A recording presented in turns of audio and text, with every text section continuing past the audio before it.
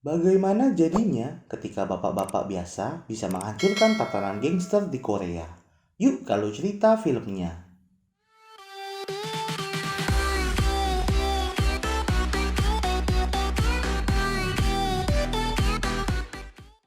Pada Maret tahun 1982, film diawali dengan seorang pegawai inspeksi bernama Choi Ik-hyun yang bertugas memeriksa muatan kargo di pelabuhan. Dan dia merupakan pegawai yang korup dan senang menerima sogokan.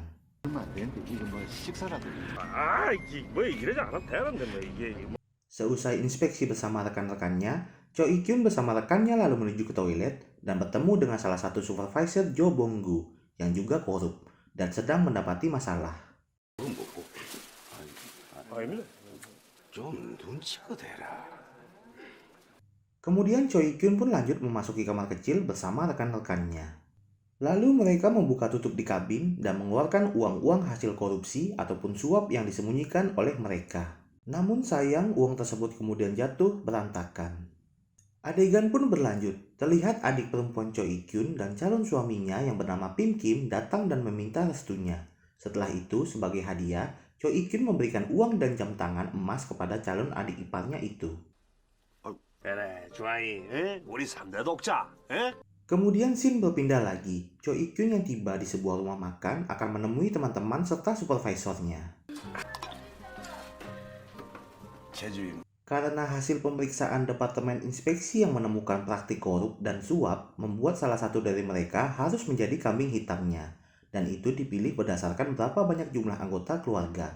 Karena jumlah anggota keluarganya tidak banyak, mereka pun memilih Cho Ik-hyun untuk dijadikan kambing hitamnya. 지는 딸 둘에 아들 하나인데 얘. Pada malamnya, dia pun tidak terima dan marah. Lalu ia pun pergi dan kemudian melakukan patroli di pelabuhan. Dia memergoki dua orang yang akan membobol sebuah kargo. Karena berniat kabur, terjadilah perkelahian kecil di situ, sehingga tangan Cho Ik-hyun pun harus tersayat pisau. Namun, kedua orang tersebut berhasil kabur.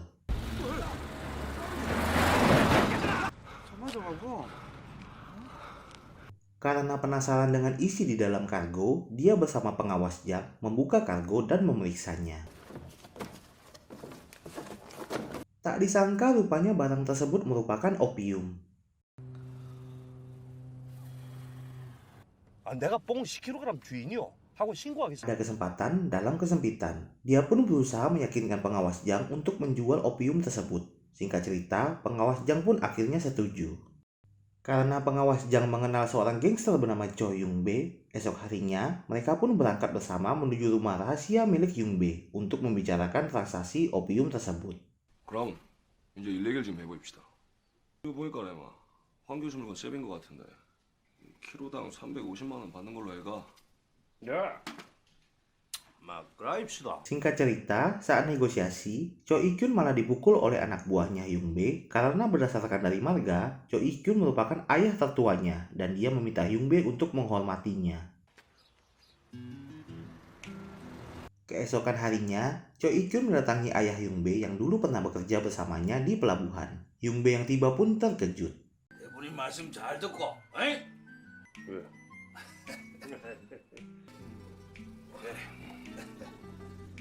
Transaksi pun akhirnya dilakukan. Setelah itu, Yung-bae mengajak Ik-hyun untuk minum bersama pada malamnya. 일어나십시다. 그래. 네, 들어가시오. Malam pun tiba. Cho Ik-hyun yang minum kebanyakan pun harus diantarkan ke toilet oleh orang kepercayaan Yung-bae. Saat itu juga, ia bertemu dengan supervisornya yang sedang minum bersama teman-temannya. 니야말로 얼마 전까지 나랑 같이 일하던 친구. 아이고 반갑습니다. Namun karena perkataannya dalam keadaan mabuk, terjadilah pertikaian kecil di sana. Karena kekesalannya yang akan dijadikan kambing hitam, supervisornya pun dihajar olehnya dengan sedikit bantuan anak buah Yung-bae.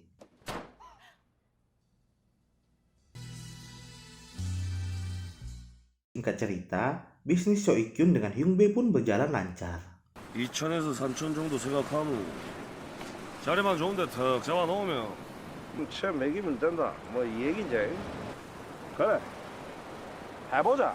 Scene pun berganti di April 1985. Terlihat Choi Ik-kyun berada di sebuah resort bersama Ho Sam-sik, pemilik sebuah klub malam untuk membicarakan wilayah bisnis yang dikuasai oleh gangster.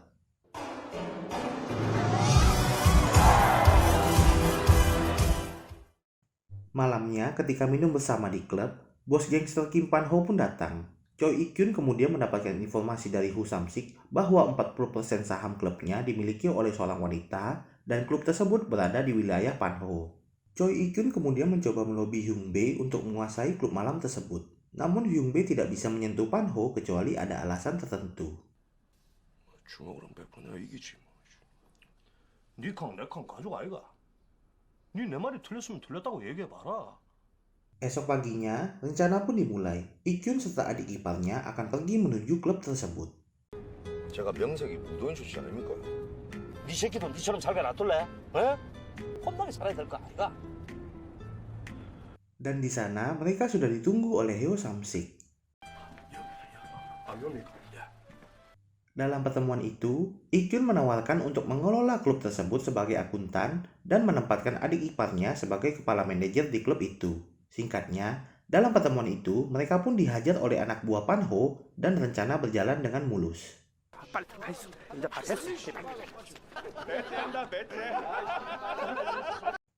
Dengan segera, Ik-kyun menemui Hyung-bae yang standby di sekitar daerah tersebut, mengkonfirmasi bahwa kini giliran Hyung-bae yang menyerang balik karena Ik-kyun telah dipukul oleh gengnya Pan-ho. Kemudian Hyung-bae serta para anak buahnya pun pergi dan menghajar semua geng Pan-ho di klub tersebut.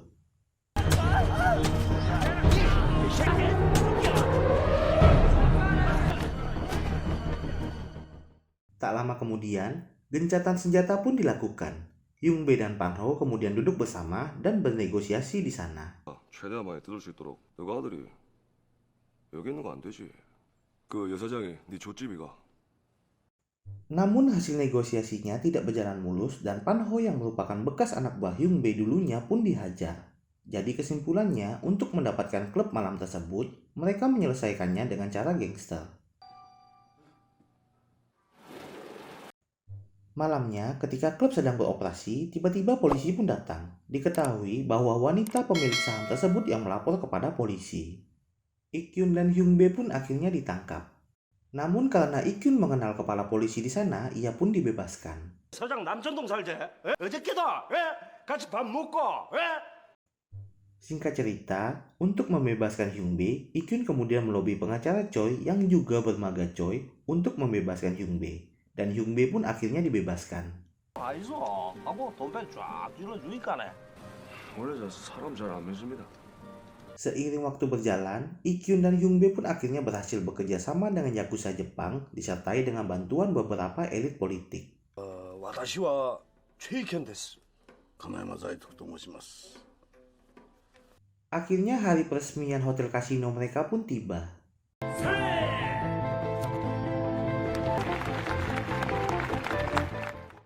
Tanpa disadari, karena perbuatan mereka sebelumnya, Pan-ho dan wanita pemilik saham klub itu mengadu domba Ik-kyun dan Hyung-bae. Rencana mereka pun berhasil. Ik-kyun dianggap telah bekerja sama dengan Pan-ho. 두 놈 다 가만 놔두면 안 됩니다.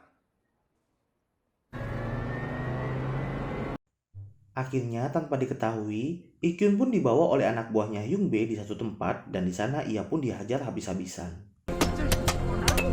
그 파노 옆에 벨로부터가 같이 일하자. 형님, 아직 살아있네.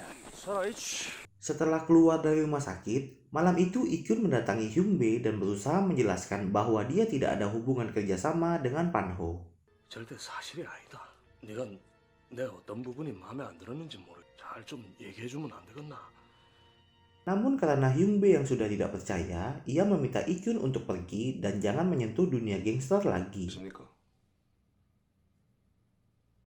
Malam berikutnya, Ik-kyun pun pergi minum untuk melampiaskan kekesalannya.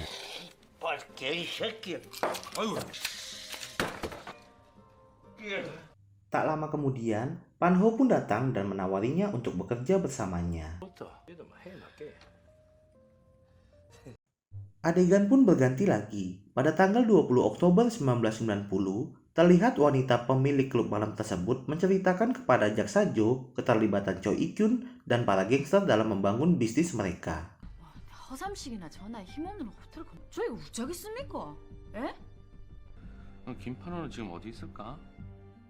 Scene pun berganti karena pada saat itu Korea Selatan telah berganti presiden dan atas perintah untuk memberantas kejahatan terorganisir, jaksa Jo pun memimpin operasi kepolisian untuk menangkap para kepala gangster.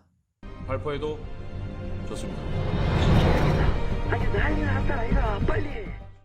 Operasi penangkapan pun dilakukan. Terlihat beberapa anak buah gangster telah tertangkap. Hyung Bae dan Pan Ho pun pergi dan bersembunyi. 내가 제할 때 먼저 봐라.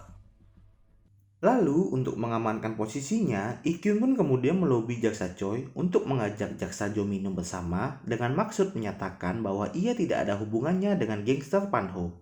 Namun rupanya jaksa Jo bukanlah jaksa yang mudah untuk dilobi. 단단히 착각하고 있는 모양인데 내가 깡패라고 하면 그냥 깡패야 이 새끼야. Selepas itu, Ik-yun pun kemudian mencoba menghubungi jaksa Han untuk membantunya. Namun pada saat itu, jaksa Han juga dalam posisi yang sulit. 알아보지 뭐. 너무 걱정 말고. 별바를 모르겠습니다. 예. Esok paginya, ketika Pan Ho akan menelpon anak buahnya, tanpa diketahui, ia rupanya sudah diintai, dan ia pun berhasil ditangkap.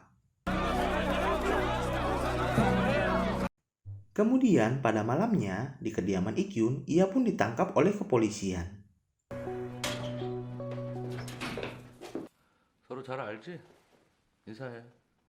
Choi Ik-yun pun kemudian diinterogasi. Singkatnya, jaksa Jo memberikan pilihan dihukum penjara 3 tahun dan akui persengkongkolan gangsternya atau hukuman penjara 15 tahun atas tuduhan ia sebagai kepala gangster. 좋습니다. 오케이. Choi Ik-yun pun kemudian menawarkan win-win solution untuk kedua belah pihak. Ia akan membantu jaksa Jo serta kepolisian untuk mengungkap bisnis dan menangkap para gangster. Dengan imbalan, ia tidak akan dipenjara. 저희 큰형님이 좀 보자십니다. Singkat waktu, hal itu diketahui oleh Hyung Bae dan Hyung Bae mengancam akan membunuh Ik-yun. Namun di sini Ik-yun berhasil berkelit dengan alasan mereka harus bekerja sama untuk keluar dari situasi sulit saat ini. 내도 검사 안심시키려고. 요새는 진짜 검사가 최고다. Shin pun berpindah lagi di kediaman Ik-yun, terlihat istrinya yang sedang berkemas dan akan pergi pindah ke Amerika.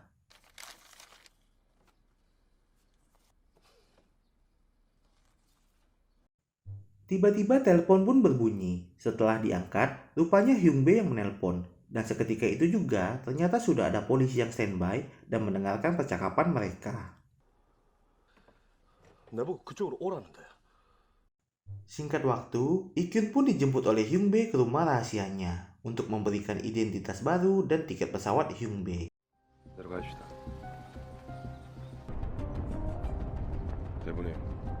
대부님하고 저랑 관계는 이걸로 끝난 겁니다.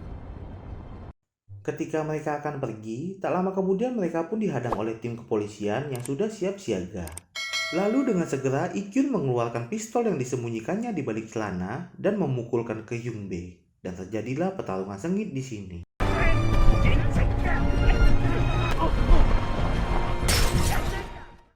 Singkat cerita, Hyung Bae pun berhasil ditangkap dan berjanji jika ia keluar dari penjara, ia akan membunuh Ik-yun. Lalu scene pun berganti ke Februari tahun 2011, di mana anak Ik-yun yang sudah dewasa dan menjadi jaksa. 저 친구가 올해 유수원 차석한 친구랍니다. 아무튼 재밌는 친구네. 그러게요. 왔어요. 그래. 저번 주에 고기 먹으러 갔었는데. 서울지검 최검사 제 조카네. 이사하십니다. Dan pada malamnya ketika acara selamatan keluarga di sebuah restoran, tampak Ik-yun yang sudah tua sedikit melamun. Dan saat ia akan menggendong cucunya, tiba-tiba terdengar suara ayah tertua. Dan film pun selesai. Terima kasih yang sudah menonton sampai habis.